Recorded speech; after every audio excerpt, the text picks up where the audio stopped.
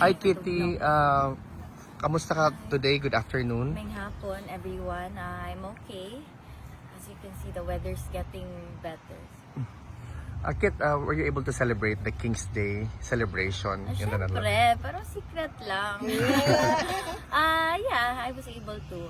Simple celebration lang. How is the former President Rodrigo Roa Duterte? I would say he's okay.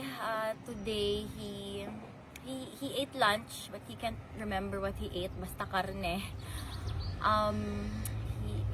Pero kumain pa rin siya ng snacks. The same, yung pancake, gluten-free nuts, and Coke Zero.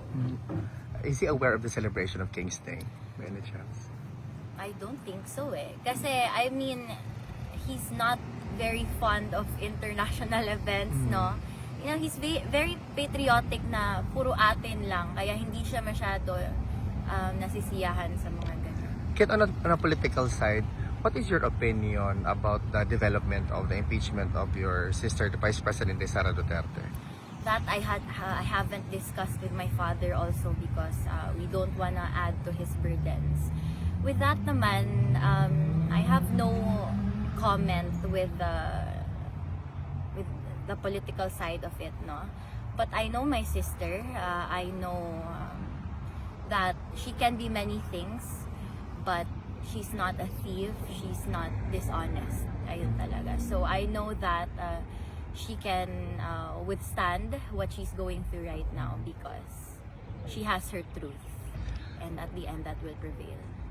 Kit, in Congress right now, there are really young, outstanding congressmen, like Congressman Leviste I've and mentioned them just now to my father, Congressman Leviste and Barzaga. Barzaga, correct? And he's quite fond of them because I think he respects people who are like him, outspoken and brutally honest. So he's fond of them.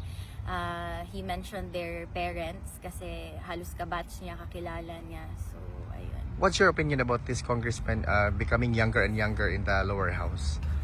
They're doing well, no? I think I don't really involve myself with it, but I think they're doing good. I think that the Philippines, the people, the masses need more people like them. Yes, they are young, but because they are young, they are more. Usually, kasi when you're younger, you're braver and you have a stronger sense of fight in you, ba? So I think, yeah, in general, we need more people like that. Is there something that the former president wants to relate to the supporters or the Filipinos in general? He asked again kung ilan kayo. Sabi ko, Papa, hindi ako calculator. Hindi ko mabilang yan araw-araw. But I did inform him that some supporters from the States were here yesterday, if I'm correct, Vinny Baksa, I saw from your post.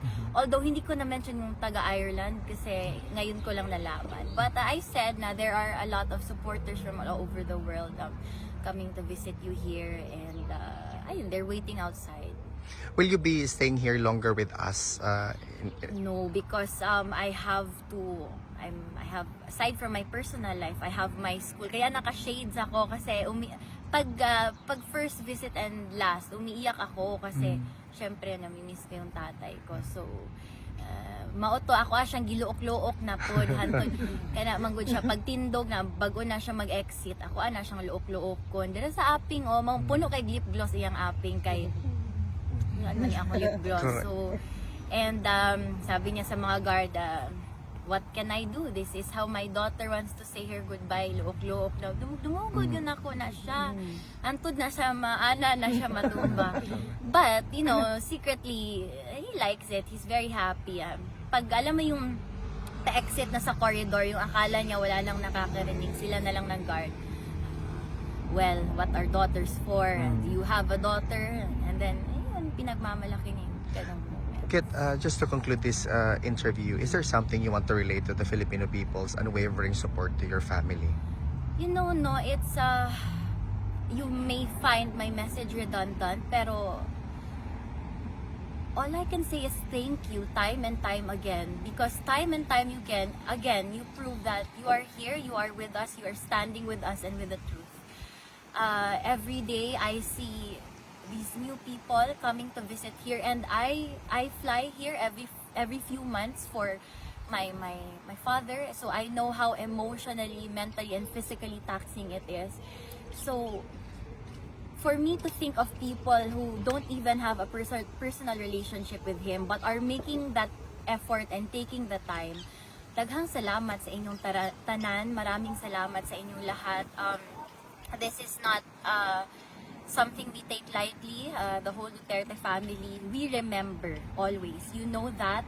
And like I said before, hindi lang kami lumalabas tuwing election. We are always here. Well, at least me in my own ways. But maraming salamat sa inyong lahat, and every one of you here, daghang salamat sa inyong tanan.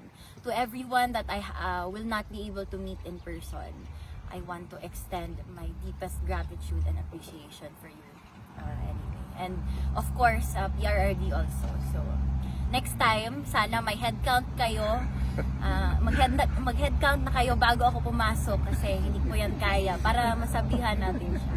Kit, on behalf of the Filipino community in The Hague, good luck to your endeavors, personal or academic. We will see you again very, very soon.